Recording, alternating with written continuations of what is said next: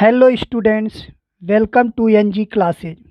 आज हम लोग पढ़ेंगे कक्षा 9वीं की पुस्तक हिंदी क्षितिज काव्यखंड में जो हमारा पहला चैप्टर है साखियाँ एवं शब्द, उसका एमसीक्यू क्वेश्चन करेंगे। तो आप लोग बिना स्किप किए हुए वीडियो को पूरा अंत तक देखिएगा और ये आपका एमसीक्यू टेस्ट के लिए बहुत ही लाभदायक होगा। तो पहला क्वेश्चन है आपका, कबीर दास जी के रचनाओं का संग्रह है साखी, बीजक, कबीर ग्रंथावली और गुरु ग्रंथ साहब। तो हम आपको 3 सेकंड का समय दे रहे हैं और जल्दी से बताइए इसमें से कौन सही होगा।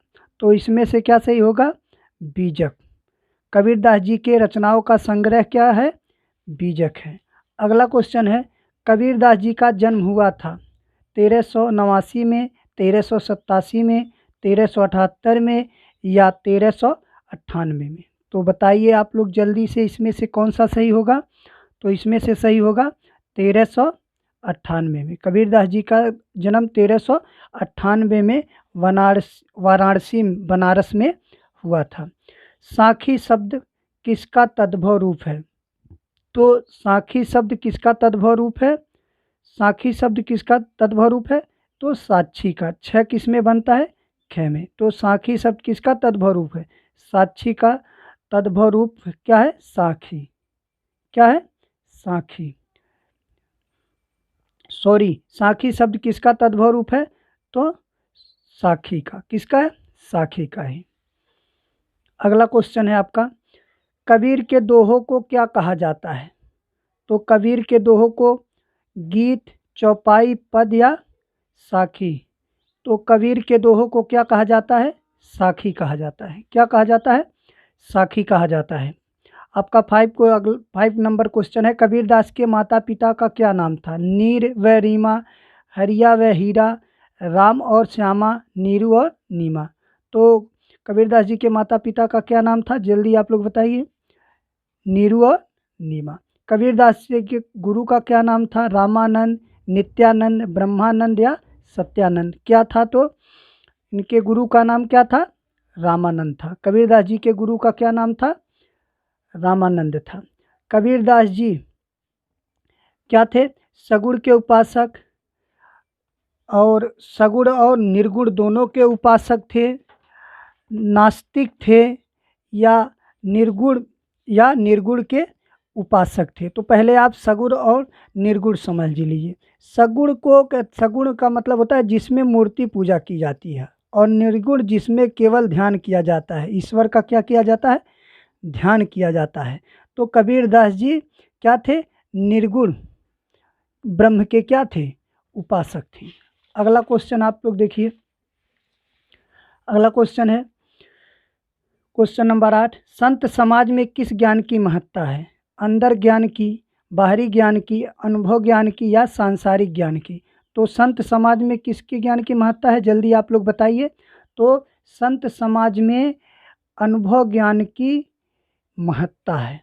अगला क्वेश्चन है, साखी क्या है? दोहा, छंद, चौपाई, छंद, रोला, इनमें से कोई नहीं। तो साखी क्या है? आप लोग जल्दी बताइए। तो साखी शब्द क्या है? दोहा छंद है। दोहा छंद के क्या लक्षण हैं?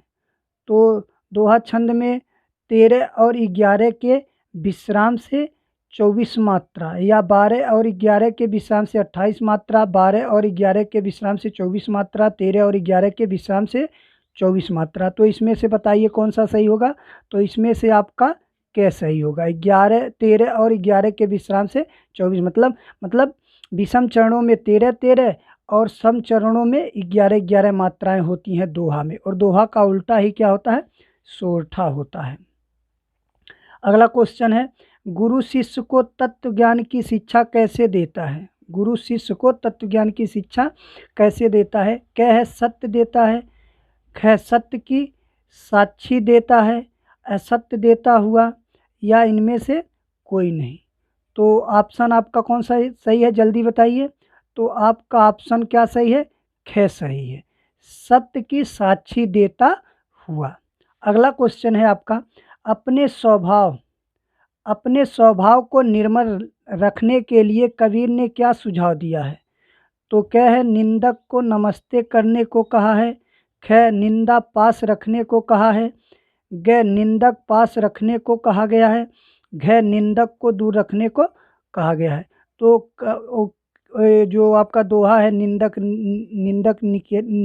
नियरे राखिए आंगन कुटी छवा, तो इसमें से ऑप्शन आपका क्या सही है, ग सही है। कबीरदास जी ने क्या कहा है, निंदक पास रखने को कहा है।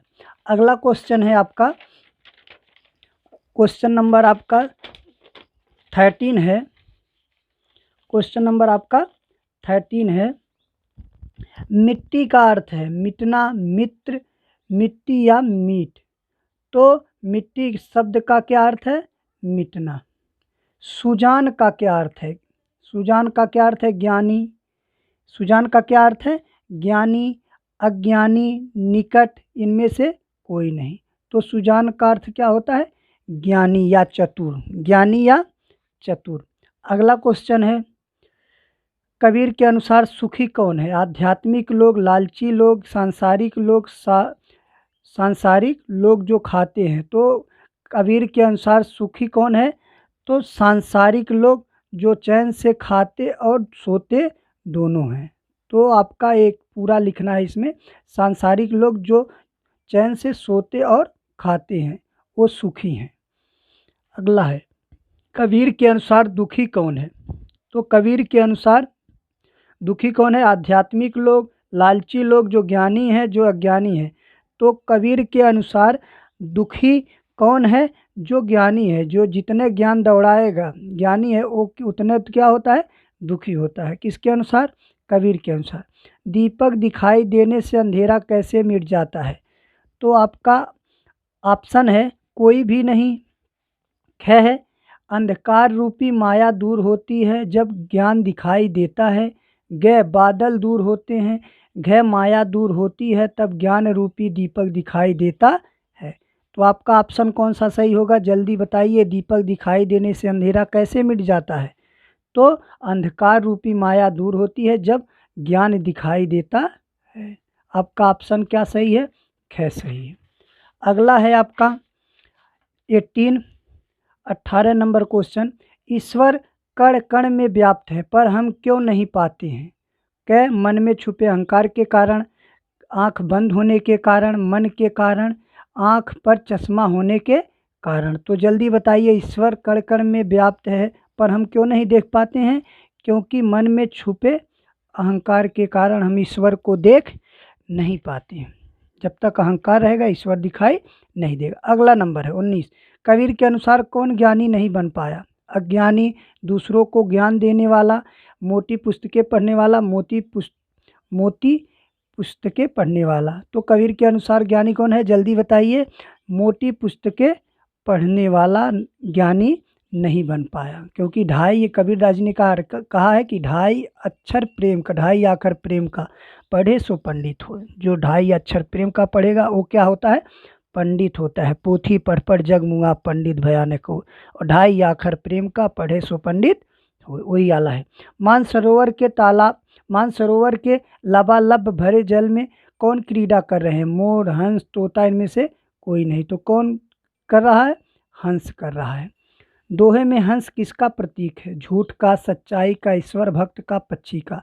तो दोहे में हंस किसका प्रतीक है, ईश्वर भक्त का प्रतीक है। किसका प्रतीक है, ईश्वर भक्त का प्रतीक है। अगला क्वेश्चन है, दो सच्चे प्रभु प्रेमी के मिलने से क्या होता है, पाप पुण्य में बदल जाता है, वासनाएं नष्ट हो जाती है, मन पवित्र हो जाता है, उपयुक्त सभी। तो बताइए, जब दो सच्चे प्रभु प्रेमी के मिलने से क्या होता है, तो उपयुक्त सही भी है।